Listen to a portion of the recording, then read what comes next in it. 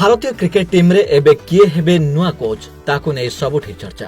कारण जून 2 रु आरंभ हेउथुवा टी20 विश्वकप परे वर्तमान रो कोच राहुल द्रविड़ कार्यकाल शेष हेबो। तेबे एथिपై अनेक दाबीदार थिबा बेले सोशल मीडिया रे कैप्टेन कुल महेंद्र सिंह धोनी को ना सबुठु अधिक चर्चा हेउछि। तेबे गत मे 27 तारिख रे आवेदन करिवार शेष तारिख थिला।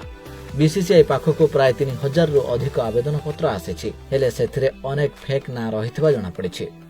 महेंद्र सिंह धोनी को ना आसीबा परे आउ गोटे कथा मुंड टेकिछि, ताहा हेउछि एबे धोनी कोनोसी प्रकार कोच होई परिबे नाही।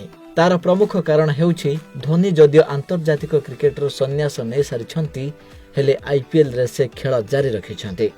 चर्चा हेउथला जे एथर 2024 आईपीएल परे से क्रिकेट रो सन्यास नै जिवे, हेले धोनी ए पर्यंत कोनोसी घोषणा करि नाहंती। आउ बीसीसीआई रो नियम अनुसार मुख्य कोच पय आवेदन करिथिबा व्यक्ति प्रथमे समस्त क्रिकेट रो अवसर नैथिबा आवश्यक। तेणु सही दृष्टि धोनी एबे कोच पद पय योग्य विवेचित हेबे नाही। ब्यूरो रिपोर्ट सूचना टीवी।